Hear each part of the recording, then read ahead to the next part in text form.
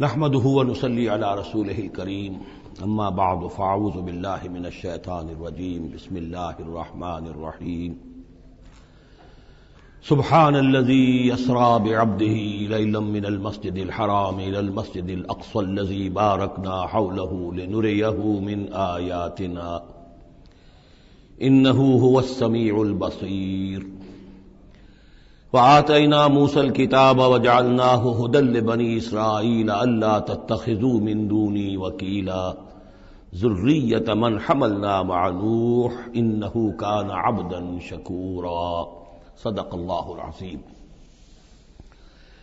اس سے پہلے کہ ہم سورہ بنی اسرائیل کا ترجمہ شروع کریں، سورہ نحل کے آخری حصے میں ایک بڑی عظیم آیت آئی تھی کہ جس کے حوالے سے کسی قدر وضاحت ہونی چاہیے، لیکن چونکہ اس وقت میں چاہتا تھا کہ وقت کے اندر اس کا ترجمہ مکمل ہو جائے تو میں اس وقت رکا نہیں۔ یہ آیت نمبر 125 ہے سورہ مبارکہ کی، ادعو الی سبیل ربک بالحکمۃ والموعظۃ الحسنۃ وجادلھم باللتی ہی احسن۔ اصل میں اس میں دعوت اسلامی اور دعوت دین کے 3 مختلف لیولز کا تذکرہ ہے۔ عام طور پر اس کو ایک ہی چیز سمجھ کر لوگوں نے ترجمہ بھی کیا ہے، وضاحت بھی کی ہے، لیکن دقت نظر سے جائزہ لیا جائے تو چونکہ انسانوں میں مختلف قسم کے انسان ہیں تو دعوت و تبلیغ کے بھی اسی اعتبار سے مختلف گوشے کہہ لیجئے، مختلف لیولز کہہ لیجئے۔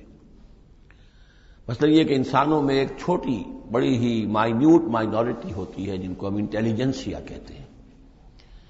یہ وہ لوگ ہیں کہ جو عقل سے کام لیتے ہیں، کسی بات کو قبول کرتے ہیں تو پہلے عقل سے سمجھتے ہیں تب قبول کرتے ہیں، جذبات سے نہیں۔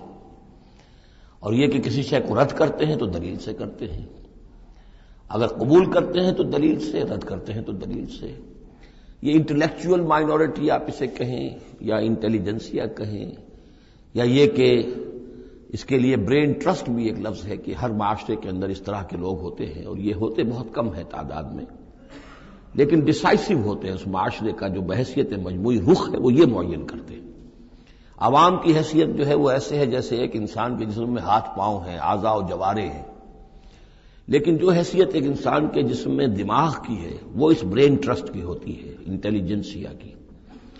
یہ طبقہ جو ہے اس کو دعوت جو دی جائے تو ظاہر بات ہے کہ وہ واس سے نہیں، جذباتی نہیں، بالحکمہ، پختہ باتیں، عقلی دلائل، محکم باتیں، وہ حکمت جس کے بارے میں فرمایا گیا وَمَن یُؤْتَ الْحِکْمَةَ فَقَدْ أُوتِیَ خَیْرًا کَثِیرًا، سورہ بقرہ میں ہم پڑھا ہے۔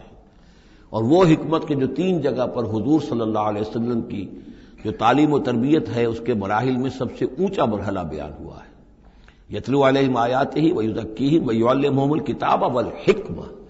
یہ حکمت جو ہے گہری باتیں، دانائی کی باتیں، عقل کی باتیں، مسلمہ اصول، ان کے حوالے سے یہ سمجھنا کہ کس شے کی اہمیت زیادہ ہے، کس شے کی اہمیت کم ہے، کیا چیز پرائمری امپورٹنس کی ہے، کیا سیکنڈری ہے۔ ان چیزوں کو جاننے والے لوگ جو ہیں، جو اصول پہچان لیتے ہیں، پھر اصولوں کو منطبق کرنا جانتے ہیں، تو ان کے لیے دعوت جو ہے وہ بھی بہرحال اسی سطح کی ہونی چاہیے کہ وہ دعوت جو ہے دلائل پر، براہین پر۔ جب قرآن کہتا ہے اپنے مخالفین سے ہاتوا برہانکم ان کنتم صادقین، لاؤ دلیل لاؤ، تو ظاہر بات ہے کہ پھر ان کے مخاطبین جو ہیں ان کو بھی حق پہنچتا ہے کہ وہ دلیل طلب کریں۔ اب اس کے لیے ظاہر بات ہے کہ وہی شخص یہ کام کر سکتا ہے جو خود اپنی ذہنی سطح کے اعتبار سے کافی بلند ہو چکا ہو، جس کا اپنا شعور بہت پختہ ہو چکا ہو۔ جب تک کہ وہ خود حکیم نہ ہو تو حکمت کے ساتھ دعوت کیسے دے گا؟ لیکن ایک ہے عام سطح لوگوں کی، عام لوگ جو ہیں جن کے دماغوں میں اس طرح کے کوئی فطور نہیں ہوتے، کوئی وہ عقل کی چھلنی لگی ہوئی نہیں ہوتی، ان کے جذبات جو ہے اچھے، اگر جذبات اچھی بات کہی جائے تو جذباتی طور پر بھی اپیل ہو جاتی ہے۔ یوں سمجھیے کہ دل جو ہے ان کے کھلے ہیں، کھلی کتاب کے مانند ہیں، آپ جو چاہیں لکھ دیجئے، جیسے کھلی صاف سلیٹ ہے اس پر آپ نے جو چاہا لکھ دیا۔ ایسے لوگوں کے لیے یہ ہے کہ موعظۃ الحسنہ، ایک بات جو ہے اچھی بات ہو، خلوص سے ساتھ کہی جائے، وہ شخص یہ محسوس کرے کہ جو بات یہ کہہ رہا ہے مجھ پر دھونس نہیں جمانا چاہتا، اپنے علم کا روب نہیں ڈالنا چاہتا، بلکہ یہ در حقیقت میری خیر خواہی کی وجہ سے، مجھ سے نفرت نہیں کرتا، میری تحقیر نہیں کر رہا ہے، جو یہ مجھ سے کہہ رہا ہے وہ خلوص سے کہہ رہا ہے۔ از دل خیزت بر دل ریزت، دل سے بات نکلے گی اور دل پہ جا اترے گی. یہ ہے موعظہ حسنہ. عوام الناس کے لیے دعوت جو ہے وہ اس لیول کے اوپر ہوتی ہے. وہ زیادہ عقلی اور منطقی اور بحثیں اور ان کے سامنے فلسفے کی جو ہے وہ کتابیں کھول کر آدمی بیٹھ جائے تو یہ گویا کہ ان پر ظلم ہے، یہ ان کے لیے تکلیف مالا یطاق ہے. تو سب سے اوپر کا لیول ہے ادعو الی سبیل ربک بالحکمہ، پھر ہے والموعظۃ الحسنہ عوام کے لیے. نمبر 3 وہ ہوتے ہیں کچھ لوگ معاشرے کے اندر کہ جو لوگوں کو گمراہ کرنے پر تلے ہوتے ہیں. مثلاً عیسائی مشنریز ہیں، انہیں تو خرچے ملتے ہیں، ان کے تنخواہیں ہیں، ان کے بجٹس ہیں، بڑی بڑی حکومتوں کی طرح کے بجٹ ان کے ہیں. ان کی ٹریننگ اس لیے ہو رہی ہے، انہیں خاص خاص ایشوز کے اوپر ٹرین کر کے بھیجا جاتا ہے مناظرہ کرنے کے لیے. قادیانیوں کا نظام ہے، بہائیوں کا نظام ہے. ان کے لیے یہ ہے کہ لوگوں کو ٹریننگ دے کر وہ مجادلے کے لیے، مناظرے کے لیے، بحث کے لیے، اس کے لیے ان کو تیار کیا گیا ہوتا ہے. یہ بات مان کر دینے والے نہیں ہوتے. آپ خلوص کے ساتھ ان سے بات کریں گے تو وہ در حقیقت وہ تو یوں سمجھیے کہ ادھار کھائے بیٹھے ہوتے ہیں اس پر کہ انہوں نے بات نہیں ماننی، بلکہ یہ کہ لوگوں کو گمراہ کرنا. ان کے ساتھ جدال کرنا پڑتا ہے، جو جھگڑنا بھی پڑتا ہے، بحث بھی کرنی پڑے گی. لیکن اس بحث میں بھی جو ہمارے ہاں مناظرے کا لفظ آیا ہے، قرآن مجید میں مناظرے کا لفظ نہیں آیا ہے، مجادلے کا لفظ آیا ہے. جادلہم، ہاں ان سے جھگڑو، انہیں جواب دینے پڑیں گے ایسے کہ جو انہیں خاموش کر دیں. اگر وہ خاموش نہیں ہوں گے تو عوام الناس کے اوپر ان کا اثر ہو جائے گا. لیکن اس مجادلے میں بھی تمہارا اپنا اخلاقی معیار برقرار رہنا چاہیے. نیچے نہ اترو، گالم گلوچ پر نہ آ جاؤ، بہت گھٹیا انداز اختیار نہ کر لو، بلکہ جیسے کہا گیا کہ ان کے معبودوں کو گالیاں نہ دینی شروع کر دو، بلکہ یہ کہ ان میں بھی ہمیں آداب، اس کے اندر بھی آداب کو ملحوظ رکھتے ہوئے. تو یہ 3 لیولز ہیں. ادعو الی سبیل ربک بالحکمۃ والموعظۃ الحسنۃ وجادلہم باللتی احسن. اب اس میں ہر ایک کے لیے پھر تیاری کرنی ہوگی. قادیانیوں سے مباحثے کرنے کے لیے ظاہر بات ہے عام آدمی نہیں کر سکتا جب تک کہ ان اسپیشل ایشوز کے اوپر اس کو صحیح جو ہے اس کو تعلیم نہ دے دی گئی ہو، اس کی اوپر تربیت نہ ہو گئی ہو. اور اسی طریقے سے جو بہائیوں نے کوئی مسائل اٹھائے ہوئے ہیں، منکرین حدیث نے کوئی اٹھائے ہوئے ہیں، تو اس طرح کے لیے جو ہے یہ 3 لیولز ہیں، ان کو سمجھ لیجیے. اب آئیے ہم سورہ بنی اسرائیل کی طرف چل رہے ہیں. یہ قرآن مجید کے وسط میں 2 عظیم خزانے ہیں حکمت قرآنی کے، سورہ بنی اسرائیل اور سورۃ الکہف. اور یہ نہایت حسین و جمیل جوڑا ہے. اس میں جوڑے ہونے کی جو نسبتیں ہیں، نسبت زوجیت، کیا کیا مشابہتیں ہیں، کس کس اعتبار سے کمپلیمنٹری ہیں، وہ تو ظاہر بات ہے کہ میں شروع میں زیادہ وقت نہیں لے سکتا. یہ تو دوران جب ہم ترجمہ کریں گے، پڑھیں گے، بات واضح ہو جائے گی. لیکن 1-2 موٹی موٹی باتیں دیکھ لیجئے. اس سورت کا آغاز ہو رہا ہے سبحان الذی اسری بعبدہ، اللہ کی تسبیح کے ساتھ. سورہ کہف شروع ہوگی الحمدللہ الذی انزل علی عبدہ الکتاب. الحمدللہ، اور حدیث نبوی میں آیا ہے التسبیح نصف المیزان والحمدللہ تملؤہ.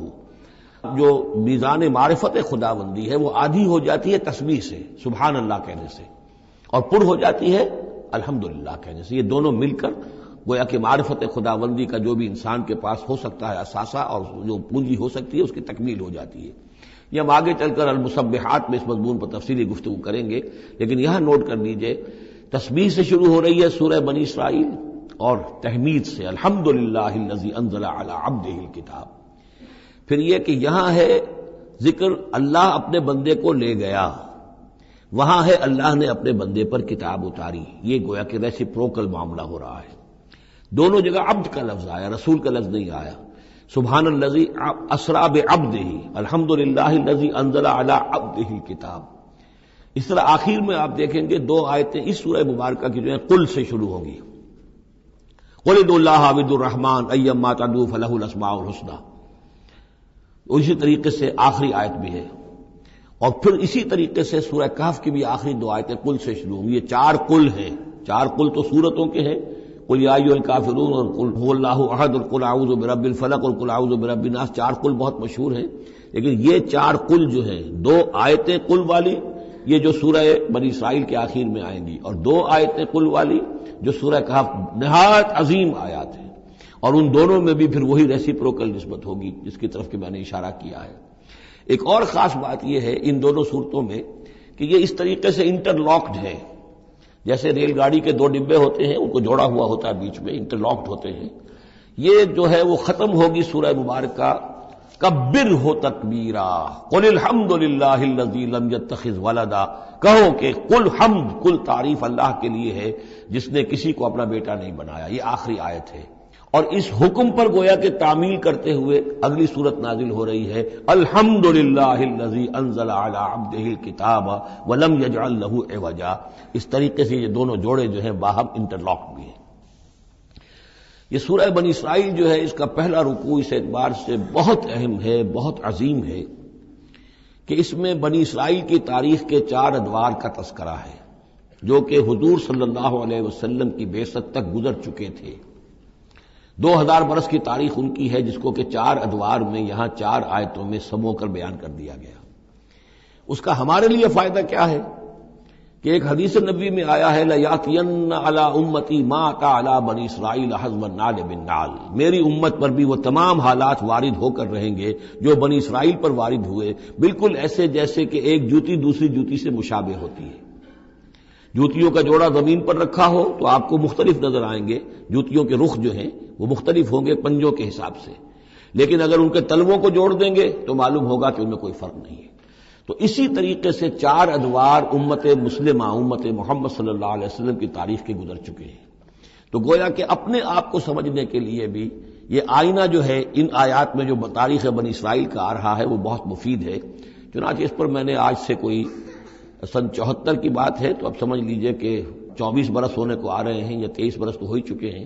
میں نے مضمون لکھا تھا، وہ پھر پہلے تو اب چھپتا ہے چھوٹی شکل میں، وہ کتابچہ ہے تنظیم اسلامی کا تاریخی پس منظر، اور اس کے بعد ایک بڑی کتاب بھی اب آ چکی ہے، سابقہ اور موجودہ مسلمان امتوں کا ماضی، حال اور مستقبل، اردو میں وہ کتاب بھی موجود ہے جو اس موضوع پر ہے۔ لیکن اس ضمن میں جو کچھ مجھ پر کھلا ہے وہ در حقیقت ان آیات کے حوالے سے اور اس حدیث کی کنجی سے، وہ حدیث جو ہے گویا کہ وہ ایک کنجی کی حیثیت رکھتی تھی جس سے کہ میں نے ان آیات میں جو خزانہ مضمر ہے علم کا اور معرفت کا اور معلومات کا، اس کو میں نے کھولا ہے اللہ کے فضل و کرم سے۔ اب جو ہے انگریزی میں بھی یہ کتابچہ جو ہے چھوٹا بھی موجود ہے، rise and fall of the Muslim Ummah, اور دوسری طرف انگریزی میں اب دوسری کتاب کی بھی ترجمانی آ گئی ہے، لیسنز فرام ہسٹری، اور وہ سب کے سب جیسا کہ میں نے عرض کیا یہاں سے ماخوذ ہے۔ سبحان الذی اسری بعبدہ لیلا من المسجد الحرام الی المسجد الاقصی، پاک ہے وہ ذات کہ جو لے گئی راتوں رات اپنے بندے کو صلی اللہ علیہ وسلم مسجد الحرام سے، یعنی مکہ مکرمہ خانہ کعبہ کے پاس سے، الی المسجد الاقصی، دور کی مسجد کی طرف، یعنی یروشلم، بیت مسجد اقصی جو کہ قبلہ رہا ہے بنی اسرائیل کا، الذی بارکنا حولہ، جس کے ماحول کو ہم نے بابرکت بنایا ہے۔ یہ بابرکت اس اعتبار سے بھی ہے کہ بہت ہی یعنی دنیاوی اعتبار سے بھی بہت زرخیز علاقہ ہے، بہت اچھی آب و ہوا ہے، اور اس اعتبار سے بھی کہ یہاں سینکڑوں نبی آئے ہیں، حضرت ابراہیم کا مدفن بھی وہیں ہے، حضرت ابراہیم کا مسکن وہ رہا ہے، بہت سے انبیاء وہاں رہے ہیں، اور یہ جو مرکز رہا ہے یروشلم کا، ہیکل سلیمانی، یہ نہ معلوم کتنے نیک لوگ جو ہے یہاں رہے ہیں اور یہاں پر عبادتیں ہوتی رہی ہیں، تو وہ پورا ماحول جو ہے روحانی اعتبار سے بھی مادی اعتبار سے بھی بڑا بابرکت ہے۔ یہ اشارہ ہو رہا ہے معراج کے سفر کی طرف، جس کے 2 حصے ہیں، ایک حصہ زمینی اور ایک حصہ پھر آسمان کی طرف۔ زمینی حصہ یہ ہے کہ مسجد حرام سے اور مسجد اقصی یروشلم تک حضور کو لے جایا گیا، اور اس کے بعد پھر وہاں سے جو ہے اسینٹ، جو اوپر اٹھنا جو ہے آسمانوں کی طرف کا سفر جو ہے وہ شروع ہوا ہے۔ قرآن مجید میں یہاں صرف اس پہلے حصے کا ذکر کیا ہے، اور اس کا خاص سبب کیا ہے؟ اس کا سبب یہ ہے کہ اب گویا کہ اعلان ہو رہا ہے کہ محمد الرسول اللہ صلی اللہ علیہ وسلم کو اللہ تعالیٰ ان دونوں دین کے جو توحید کے عظیم مراکز تھے ان کا متولی بنا رہا ہے، محمد کو اور ان کی امت کو صلی اللہ علیہ وسلم وعلی اصحابہ الصلاۃ والسلام۔ اس حوالے سے آپ کو وہاں لے جایا گیا، وہاں تمام انبیاء کرام ان کی ارواح وہاں جمع ہوئیں، جو بھی ان کو اللہ تعالیٰ نے اس کو جسد دیے ہوں گے، مثالی جسد دیے جن حقیقتوں کو ہم نہیں جان سکتے، یہ تمام جو ہے پھر متشابہات میں آ جائے گا۔ وہاں حضور نے ان کی امامت کی، پھر وہاں سے آسمان کی طرف آپ کا سفر کا جو ہے وہ عروج کا، معراج کا سفر شروع ہوا ہے۔ اس کا ذکر قرآن مجید میں اس دوسرے حصے کا جو ہے وہ پھر سورۃ النجم میں آئے گا مختصر طور پر، یہاں صرف اس کے زمینی حصے کا ذکر ہے۔ سبحان الذی اسری بعبدہ لیلا من المسجد الحرام الی المسجد الاقصی الذی بارکنا حولہ لنریہ من آیاتنا، تاکہ ہم دکھائیں اسے اپنے بندے کو محمد کو صلی اللہ علیہ وسلم اپنی آیات. انہ هو السمیع العلیم، یقیناً سمیع البصیر، یقیناً وہی اللہ ہے سب کچھ سننے والا، سب کچھ دیکھنے والا. اب اس کے بعد وہ جو مرکز تھا وہاں پر، چونکہ بنی اسرائیل کی تاریخ کا وہ مرکز رہا ہے، حضرت سلیمان علیہ السلام نے اس کو تعبیر کیا تھا، تو اب ان کی تاریخ کا حوالہ شروع ہو رہا ہے. وآتینا موسیٰ الکتاب، اور ہم نے موسیٰ کو کتاب دی تھی یعنی توراۃ. وجعلناہ ھدی لبنی اسرائیل، اور ہم نے اسے بنایا تھا ہدایت نامہ، رہنمائی بنی اسرائیل کے لیے. وہ ھدی للناس اس معنی میں نہیں تھی کہ تمام نوع انسانی کے لیے ہو، بلکہ وہ در حقیقت بنی اسرائیل کے لیے ہدایت نامہ. وجعلناہ ھدی لبنی اسرائیل اللہ تتخذوا من دونی وکیلا، اور اس کی تعلیم کا لب لباب اور خلاصہ، توحید کا اصل جو جوہر ہے، مغز ہے، وہ کیا ہے؟ اللہ کے سوا کسی کو کارساز نہ سمجھو، مت پکڑو کسی اور کو میرے سوا کارساز، کسی پر تمہارا بھروسہ، کسی پر توکل نہ ہو میرے سوا. یہ توحید کا لب لباب ہے اور خلاصہ ہے. ذریۃ من حملنا مع نوح، اے وہ لوگوں جو اولاد ہو ان کی جن کو ہم نے اٹھایا تھا نوح کے ساتھ، سوار کیا تھا کشتی میں نوح کے ساتھ. حضرت نوح علیہ السلام کے 3 بیٹے، سام، حام، یافس، اور ظاہر بات ہے سام ہی کی نسل ہے یہ کہ جس میں حضرت ابراہیم کی پیدائش ہوئی، اور انہی کی نسل ہے یہ بنی اسرائیل. تو گویا کہ یہاں ذکر ہو رہا ہے کہ وہ جو لوگ حضرت نوح علیہ السلام کے ساتھ بچا لیے گئے تھے ان کی کشتی میں، انہی میں سے ایک کی نسل تم ہو. ذریۃ من حملنا مع نوح انہ کان عبدا شکورا، یقیناً وہ ہمارا بہت ہی شکر گزار بندہ تھا. حضرت نوح علیہ السلام کے بارے میں وَقَضَيْنَا إِلَىٰ بَنِي إِسْرَائِيلَ فِي الْكِتَابِ لَتُفْسِدُنَّ فِي الْأَرْضِ مَرَّتَيْنِ، اور ہم نے یہ پہلے ہی متنبہ کر دیا تھا بنی اسرائیل کو کتاب میں کہ 2 مرتبہ تم زمین میں بڑا فساد بچاؤ گے.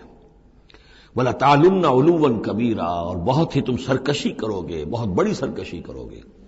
یعنی 2 ادوار تم پر ایسے آئیں گے، شرارتیں کرو گے، سرکشی کرو گے، دین سے دور ہو جاؤ گے، لہو و لعب میں مبتلا ہو جاؤ گے، عیاشیوں کے اندر، اور اس میں تمہارا جو ہے اللہ تعالیٰ کی طرف سے پھر تمہارے اوپر عذاب کے کوڑے برسیں گے. اب یہاں پہ بٹوین دی لائن یہ ہے کہ اس سے پہلے ان کا ایک دور آیا کہ جس کے اندر ان کو اللہ تعالیٰ نے ان پر رحمتیں فرمائیں. کیونکہ ہم کچھ چیزیں پڑھ چکے ہیں تاریخ بنی اسرائیل کے ضمن میں، وہ ذہن میں رکھیے. حضرت موسیٰ علیہ السلام لے کر نکلے بنی اسرائیل کو مصر سے، تو یہ 1400 قبل مسیح کی بات ہے. اس کے بعد وہ آئے ہیں، تورات انہیں ملی ہے جبکہ وہ جبل طور کے پاس پڑاؤ ڈالا ہے. وہاں سے پھر شمال مشرق کی طرف چلے ہیں، جب کہا گیا کہ جنگ کرو قوم نے انکار کر دیا، تو 40 برس تک کی سزا مل گئی ان کی بزدلی کی وجہ سے. 40 برس تک وہ اسی صحرا میں بھٹکتے پھرے. اسی دوران حضرت موسیٰ کا انتقال ہو گیا اور حضرت ہارون کا بھی انتقال ہو گیا. لیکن پھر صحرا میں جو نسل پیدا ہوئی وہ پلی بڑھی، وہ ہمت والی تھی، مشقت دیکھی ہوئی تھی اس نے پھر جنگ کی اور جہاد کیا. حضرت یوشع ابن نون جو خلیفہ اول تھے حضرت موسیٰ علیہ السلام کے، ان کی سرکردگی میں تو فلسطین فتح کر لیا. پہلا شہر جو فتح ہوا وہ اریحا یا جریکو ہے، تو آج بھی موجود ہے وہ شہر. اس کے بعد انہوں نے کچھ عرصے کے اندر پورا فلسطین فتح کر لیا. لیکن غلطی یہ کی کہ اس میں ایک مرکزی حکومت نہیں بنائی، بہت سے 12 حکومتیں، 12 قبیلے تھے، جیسے 12 چشمے ان کو دیے گئے تھے، 12 حکومتیں بنا لی. پھر آپس میں لڑنے بھی لگے، طوائف الملوکی ہوئی. تو آس پاس کے جو مشرک اور کافر قومیں تھیں سیریا وغیرہ میں اور آس پاس اردن کے رہنے والی، انہوں نے پھر جو ہے ان کے اندر ریشہ دوانی شروع کی. اور ایک دور یہ آیا کہ اس میں ان کو بہت سے لوگوں کو اپنے گھروں سے نکال دیا گیا اور وہ لوگ بڑی ہی زوال سے دوچار ہو گئے. تب انہیں ہوش آیا، انہوں نے سیموئیل نبی جو ان کے تھے ان سے کہا کہ ہمارے لیے سپہ سالار مقرر کیجئے، ایک سپہ سالار ہو تاکہ اس کے پیچھے ہم سب کے سب 12 کے 12 قبیلے جمع ہو کر جنگ کریں، تو پھر یہ کہ اپنے دشمنوں پر فتح حاصل ہو. یہ وقفہ تقریباً 300 برس کا ہے، جس کے بعد وہ جنگ ہوئی ہے طالوت اور جالوت کی، اور حضرت طالوت نے جالوت کو قتل کیا. پھر حضرت داؤد منظر پر آ گئے. پھر طالوت، حضرت داؤد اور حضرت سلیمان، یہ 3 ان کی حکومتیں ہیں تقریباً 100 برس پر پھیلی ہوئی. 16 برس طالوت کے، 40 برس حضرت داؤد کے، 40 برس حضرت سلیمان کے. یہ گویا کہ ان کی خلافت راشدہ ہے. جیسے ہمارے یہاں حضرت ابوبکر کا دور مختصر ہے، پھر حضرت عمر، پھر حضرت عثمان رضی اللہ تعالی عنہم، یہ مل کر جو ہمارے ہاں بنتے 24 برس 3 خلافتوں کے، ان کے ہاں یہ 100 برس کا عرصہ ہے. لیکن حضرت عثمان کے بعد آپ کو معلوم ہے کہ تقسیم ہو گئی تھی مملکت. اس لیے کہ حضرت علی رضی اللہ تعالی عنہ کی خلافت کو حضرت امیر معاویہ نے تسلیم نہیں کیا تو شام اور مصر کے علاقے علیحدہ رہے۔ بالکل اسی طرح ہوا وہاں پر بھی کہ حضرت سلیمان کے بعد ان کے دو بیٹوں میں جو مملکت تقسیم ہو گئی، ایک شمالی مملکت تھی جس کا نام اسرائیل تھا اور سامریہ اس کا دارالخلافت تھا، ایک جنوبی تھی یہودا اور وہ اس کا جو ہے یا یروشلم اس کا دارالخلافہ۔ تو اس طریقے سے دو ملک یہ بن گئے۔ یہ زمانہ ان کا ابھی عروج کا بہرحال ہے، کچھ کئی سو برس ان کے عروج کے گزرے، پھر ان میں خرابیاں آئیں، پھر ان کے اندر شرک مشرکانہ اوہام آ گئے، دنیا پرستی آ گئی، شریعت کا مذاق بنانا ہو گیا معاملہ، تو پھر ان پر زوال آیا۔ پہلا زوال جو آیا، پہلے اسیرینز نے شمالی مملکت جو تھی اسرائیل کی اس کو ختم کر دیا۔ یہ کوئی ختم کیا انہوں نے اس سے کافی پہلے 700-800 برس قبل حضرت مسیح کے۔ اس کے بعد جو اصل آیا ہے نبوکڈنضر جو نمرود تھا عراق کا، اس کا حملہ ہوا 587 قبل مسیح میں، انہوں نے یروشلم کو برباد کیا، 6 لاکھ کو قتل کیا، 6 لاکھ کو قیدی بنا کے لے گیا، اور یہ کہ یروشلم میں 2 اینٹیں سلامت نہیں رہنے دیں اور ہیکل سلیمانی کو مسمار کر دیا۔ یہ ان کا بدترین دور آیا۔ تقریباً 125 برس یہ کیپٹیوٹی میں رہے بیبیلونیا میں، 6 لاکھ کو ہانک کر لے گیا وہاں پر، بدترین دور۔ تو پہلا عروج اس کا جو کلائمیکس تھا وہ داؤد اور سلیمان کا دور حکومت، اور پہلا زوال جس کا یوں سمجھیے کہ سب سے نیچے کی پوزیشن یہ ہے جو کیپٹیوٹی کا دور ہے ان کا۔ اس کے بعد حضرت عزیر علیہ السلام ان میں آئے، اللہ نے بھیجا، انہوں نے دعوت اصلاح توبہ کی منادی کی، پھر یہ لوگ کچھ ٹھیک ہوئے۔ ادھر یہ کہ ایران نے حملہ کیا تھا عراق پر اور ان کو آزاد کر دیا تھا کہ جاؤ تم، کہ خورس نے، ذوالقرنین نے، کہ تم جاؤ اور جا کر اپنا شہر دوبارہ آباد کر لو، تو یہ پھر آ گئے، حضرت عزیر کے ساتھ ہو کر آئے ہیں۔ تو یہ تقریباً 458 قبل مسیح میں پھر یہ دوبارہ آئے ہیں۔ تو یہ سمجھیے کہ 125 برس تک یہ جو شہر ہے اجڑا پڑا رہا ہے۔ اسی دوران میں حضرت عزیر کو اللہ تعالیٰ نے 100 برس کے لیے سلائے بھی رکھا ہے، وہ موت ان پر طاری کر دی تھی جو سورہ بقرہ میں ہم پڑھ کر آئے ہیں۔ یہ سارے واقعات کو آپ یوں سمجھ لیجئے کہ یہ علیحدہ علیحدہ ٹکڑے جو ہم نے پڑھے ان کو جوڑ لیجئے۔ بہرحال پھر ان کے اندر یہ کہ ایک نیکی کی تحریک چلی، پھر ان کے اندر لوگوں نے توبہ کی، پھر اللہ نے انہیں دوبارہ ایک عروج عطا کیا، مکابی سلطنت قائم ہوئی، اور وہ جہاں تک دنیاوی حدود ہیں، زمینی حدود، وہ حضرت سلیمان کی مملکت سے بھی بڑی تھی۔ یہ ان کا دوسرا دور عروج ہے۔ لیکن پھر ان کے اندر زوال آیا، پھر خرابی آئی، پھر وہی دنیا پرستی، وہی عیاشیاں، وہی بدماشیاں، وہی مشرکانہ اوہام۔ اس کے نتیجے میں پھر ان پر جو کوڑے پڑے ہیں وہ پہلے تو پڑے ہیں یونانیوں کے ہاتھوں، سکندر مقدونی نے پہلے فتح کیا ان کو، پھر سلیوکس جو اس کا اس سے پہ سالار تھا وہ ان پر حکمران رہا ہے۔ اس کے بعد یہ ہے کہ پھر رومنز آ گئے، رومنز نے ان کو فتح کر لیا، ان کی حکومتیں چلتی رہیں۔ یہ دوسرا دور ہے۔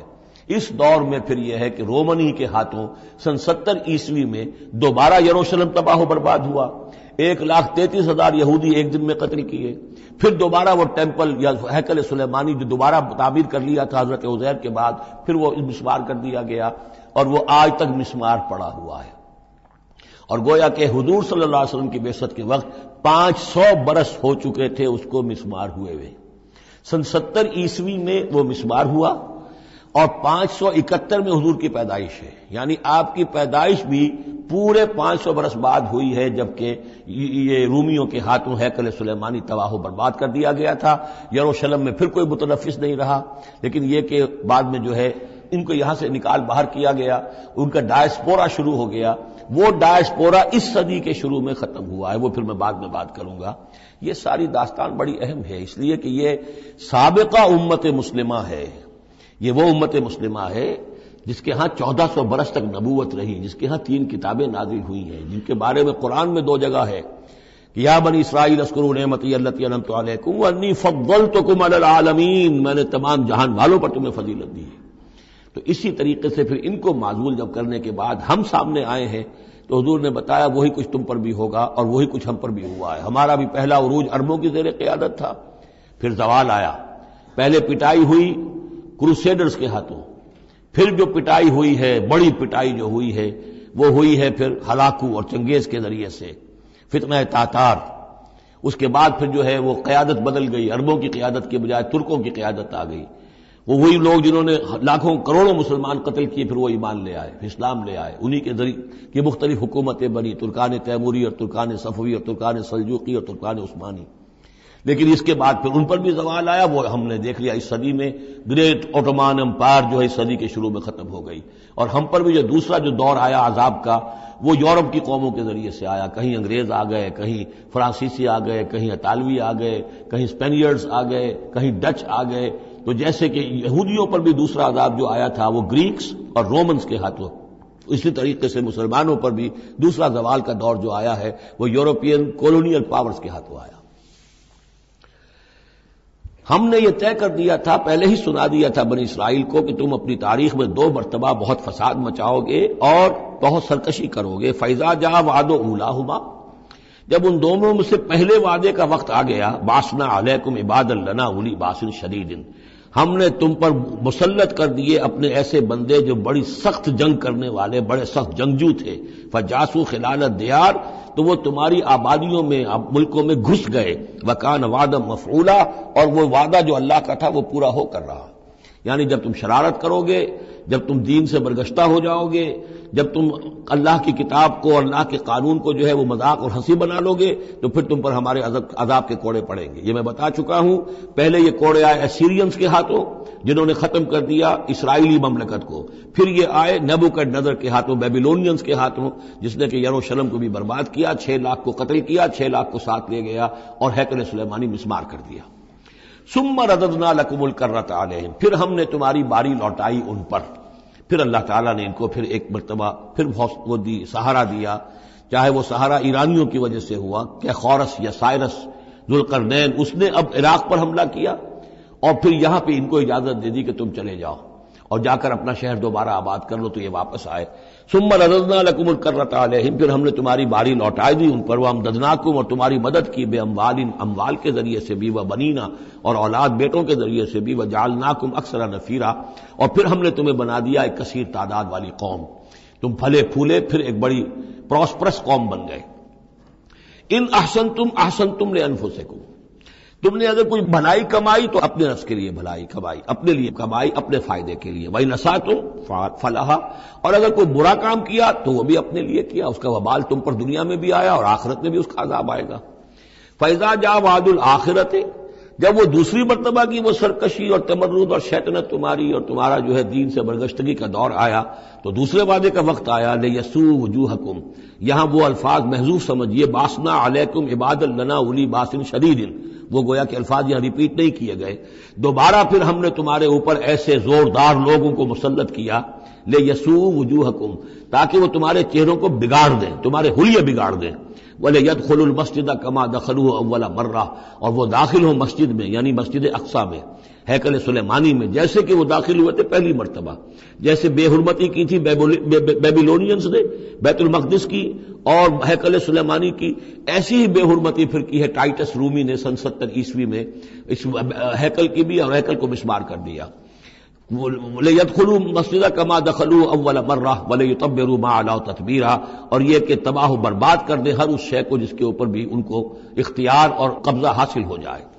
عَسَىٰ رَبُّكُمْ أَن يَرْحَمَكُمْ، یہ دور گزر چکے 2000 برس، یعنی ان کا سیکنڈ جو سمجھیے کہ زوال کی انتہا تھی وہ چلی آ رہی تھی 500 برس سے محمد الرسول اللہ صلی اللہ علیہ وسلم کی بعثت کے وقت تک، ایک عروج، ایک زوال، پھر عروج، پھر زوال، اور زوال کو 500 برس ہو گئے تھے جبکہ حضور کی بعثت ہوئی اور یہ قرآن نازل ہوا۔ ان حالات میں کہا جا رہا ہے عسیٰ ربکم ان یرحمکم، تمہارا رب اب بھی تم پر رحم فرمانے کو تیار ہے، ممکن ہے کہ تمہارا رب تم پر رحم کرے۔ وَإِنْ عُدْتُمْ، اگر تم نے وہی روش اختیار کی، وہی کفر کیا، وہی حق کو ماننے سے انکار کیا اور اعراض کیا، عدنا، پھر ہم وہی کچھ کریں گے جو ہم نے پہلے کیا تھا۔ وَجَعَلْنَا جَهَنَّمَ لِلْكَافِرِينَ حَصِيرًا، اور ہم نے کافروں کے لیے جہنم کو تو باڑا بنا رکھا ہے، جیل تو بنا رکھی ہے ہم نے جو ان سب کا احاطہ کر لے گی، جس طرح کہ جانوروں کے باڑے میں بند کر دیا جاتا ہے، اسی طریقے سے قید خانہ ہم نے تیار کر رکھا، آخرت کا قید خانہ تو ہے ہی، اس دنیا میں بھی تم پر عذاب کے کوڑے برسیں گے۔ ان ھذا القرآن یہدی للتی ہی اقوم، دیکھو اب یہ قرآن جو ہم نازل کر رہے ہیں اپنے بندے محمد پر صلی اللہ علیہ وسلم، یہ گویا کہ اب شاہ درا ہے، اللہ کی رحمت میں داخل ہونا ہے تو اس سے داخل ہونا ہوگا، اس کو مانو تو تمہارے لیے اللہ کی رحمتوں کے دروازے پھر کھل جائیں گے۔ جو بھی اللہ نے وعدے کیے ہیں اپنے اس آخری نبی اور ان کی امت کے لیے تم بھی اس میں شامل ہو جاؤ گے، انہی کی برکتوں سے تم بھی حصہ پاؤ گے۔ ان ھذا القرآن یہدی للتی ہے اقوم، یقیناً یہ قرآن ہے جو اب راستہ دکھا رہا ہے اور رہنمائی کر رہا ہے اس راہ کی طرف جو سب سے سیدھی ہے، اقوم۔ وَيُبَشِّرُ الْمُؤْمِنِينَ، اور بشارت دیتا اہل ایمان کو، الذین یعملون الصالحات، جو نیک عمل بھی کریں، ان لہم اجرا کبیرا، کہ ان کے لیے بہت بڑا اجر ہے، وان الذین لا یؤمنون بالآخرہ۔ اب دیکھیے جہاں بھی وہ بات آتی ہے عمل کی خرابی کی تو ایمان بالآخرہ کا تذکرہ، اور وہ لوگ کہ جو ایمان نہیں رکھتے آخرت پر، اعتدنا لہم عذابا علیما، ان کے لیے تو ہم نے فراہم کیا ہوا ہے دردناک عذاب۔ یہ پہلا رکوع 10 آیات کا بہت ہی اہم ہے تاریخی اعتبار سے، اور اس کو سمجھنا چاہیے۔ یہ خد و خال یہ ہماری ہی گویا کہ امت مسلمہ ایک ہم ہیں، الحمدللہ امت محمد میں شامل ہے، لیکن یہ بھی ایک امت مسلمہ تھی، یہ سابقہ امت مسلمہ ہے، اور ابھی یہ ختم نہیں ہوئی، یہ موجود ہے۔ اگر ڈپوزڈ ہے، معزول کر دی گئی ہے، وہ دوسری بات ہے، اور تقریباً 2000 برس سے یہ بڑے سختیوں کے اندر تھی، لیکن اب تقریباً 100 برس سے یہ ابھر کر آ گئی ہے، اور یوں سمجھیے کہ اب 2 پتنگیں اوپر چڑھ رہی ہیں۔ ایک سابقہ امت مسلمہ کی 1917 سے چڑھنی شروع ہوئی، بالفور ڈکلریشن 1948 میں